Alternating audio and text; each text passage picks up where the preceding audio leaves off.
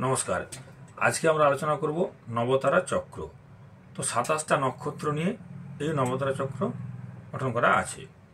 তো নবতারা চক্র দেখতে গেলে আমরা যে কোনো একটা জাতকের রাশি চক্র নিয়ে আলোচনা করি, তাহলে সহজে বোঝা যাবে। দেখুন, এখানে আমরা একটা এখন জাতকের জন্ম তারিখ সময় নিয়েছি। এই জাতকের 17-10-1976 জন্ম, দুপুর 1:51 মিদনাপুর। এটা রাশিচক্র। এখান থেকে আপনাকে জানতে হবে জন্ম নক্ষত্র কি। দেখুন, লগ্ন মকর, রাশি কর্কট, নক্ষত্র পুষ্যা, গণ হচ্ছে দেবগণ। এইখানে নক্ষত্র পুষ্যা এটা আপনাকে জানতে হবে, এটা না জানলে আপনার হবে না। এই জন্ম নক্ষত্র ধরে আপনার বিচার করা হয়। দেখুন, এবারে যে কোনো কেউ আপনারা যে কোনো একটা সফটওয়্যার লোড করুন অ্যাস্ট্রোলজি, সেখানে date of birth, time place দিলে আপনি নক্ষত্রটা পেয়ে যাবেন যে আপনার জন্ম নক্ষত্র কী। তো এই জাতকের জন্ম নক্ষত্র হচ্ছে পুষ্যা নক্ষত্র। তো এখানে আমরা এই নক্ষত্রকে 9টা ভাগে ভাগ করেছি। জন্ম নক্ষত্র, সম্পদ নক্ষত্র, বিপদ নক্ষত্র, ক্ষেম নক্ষত্র, প্রতারিতারা, সাধক, বধ, মিত্র ও অতিমিত্র, এই 9 ভাগে আমরা ভাগ করেছি। এইবার এইখান থেকে আপনার রাশিচক্র অনুযায়ী যে নক্ষত্র জন্ম নক্ষত্র বেরোলো, সেই নক্ষত্রকে আপনি জন্ম নক্ষত্রের তলায় লিখবেন। যেমন ধরুন, এখানে জন্ম নক্ষত্র ছিল পুষ্যা নক্ষত্র, তাই জন্ম নক্ষত্রের জায়গায় আমি লিখেছি এখানে পুষ্যা নক্ষত্র লিখেছি। তাহলে পুষ্যা, তারপর থেকে আপনি সিরিয়ালভাবে নক্ষত্রগুলোকে লিখবেন। যেমন ধরুন পুষ্যা, তারপরে অশ্লেষা, মঘা, পূর্ব ফাল্গুনী, উত্তর ফাল্গুনী, হস্তা, চিত্রা, স্বাতী, বিশাখা। তারপরে আসছে আবার অনুরাধা, অশ্লেষা, মূলা, পূর্বসারা, উত্তরসারা, শ্রবণা, ধনিষ্ঠা, শতভিসা এবং পূর্বভাদ্র। এভাবে পরপর আবার ঘুরে নেবেন। বিশাখা এখানে শেষ হলো, তারপর অনুরাধা, অশ্লেষা, মূলা, পূর্বসারা, উত্তরসারা, শ্রবণা, ধনিষ্ঠা, শতভিসা, পূর্বভাদ্র, উত্তরভাদ্র, রেবতী। এইখানে আপনার নক্ষত্র শেষ হয়ে গেল। যেহেতু এখানে 8 নম্বর নক্ষত্র দিয়ে আমি শুরু করেছিলাম, তাহলে এখানে 27টা নক্ষত্র হয়ে গেল। তারপর আবার 1 থেকে শুরু করবেন। অশ্বিনী, ভরণী, কৃত্তিকা, রোহিণী, মৃগশিরা, আদ্রা, পুনর্বসু। দেখুন কীভাবে করলাম। তাহলে প্রথমে আপনি রাশিচক্র থেকে আপনার নক্ষত্রটা জানাবেন, আপনি কোন নক্ষত্রে জন্মেছেন, সেটা হচ্ছে জন্ম নক্ষত্র। সেই নক্ষত্রকে জন্মের ঘরে লিখলেন পুষ্যা, তারপরে সম্পদের ঘরে লিখলেন অশ্লেষা। পরপর আপনার নক্ষত্রগুলোকে বসিয়ে যান, পুষ্যা, অশ্লেষা, মঘা। জন্ম নক্ষত্রটা আপনি জন্মের সঙ্গে বসাবেন, তারপর থেকে নক্ষত্রগুলো পরপর লাইন দিয়ে বসাবেন। পুষ্যা, অশ্লেষা, মঘা, পূর্ব ফাল্গুনী, উত্তর ফাল্গুনী, হস্তা, চিত্রা, স্বাতী, বিশাখা। শেষ হলো যে আপনি আবার এখানে আসলেন অনুরাধা, অশ্লেষা, মূলা, পূর্বসারা, উত্তরসারা, শ্রবণা, ধনিষ্ঠা, শতভিসা, পূর্বভাদ্র, উত্তরভাদ্র, রেবতী। রেবতীতে শেষ হলো। আপনি আবার 1 থেকে লিখবেন অশ্বিনী, ভরণী, কৃত্তিকা, রোহিণী, মৃগশিরা, আদ্রা, পুনর্বসু। যেমন ধরো এখানে 8 নম্বর নক্ষত্র ছিল, তা 8, 9, 10, 11, 12, 13, 14, 15, 16, আবার 17, 18, 19, 20, 21, 22, 23, 24, 25, 26, 27, দিয়ে আবার 1, 2, 3, 4, 5, 6, 7 এইভাবে লিখলেন।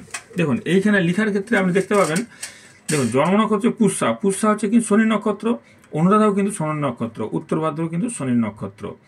এখানে দেখুন অশ্লেষা, সম্পদ নক্ষত্র কি কি আছে, অশ্লেষা বুধের নক্ষত্র। তারপর দেখুন জ্যেষ্ঠা, এও কিন্তু বুধের নক্ষত্র। তারপর দেখুন রেবতী, এও কিন্তু বুধের নক্ষত্র।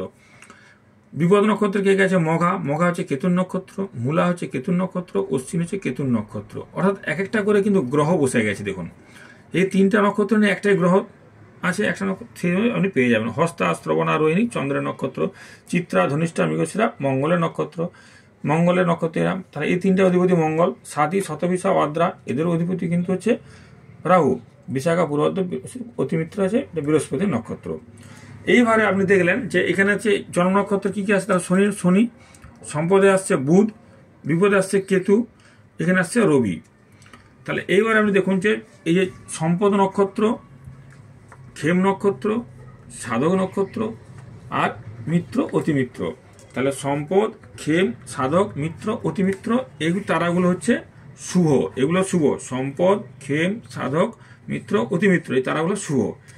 বিপদ, বধ, প্রতারী, এই নামগুলো শুনে আপনি বুঝতে পারছেন, বিপদ, বধ, প্রতারী এগুলো হচ্ছে অশুভ নক্ষত্র।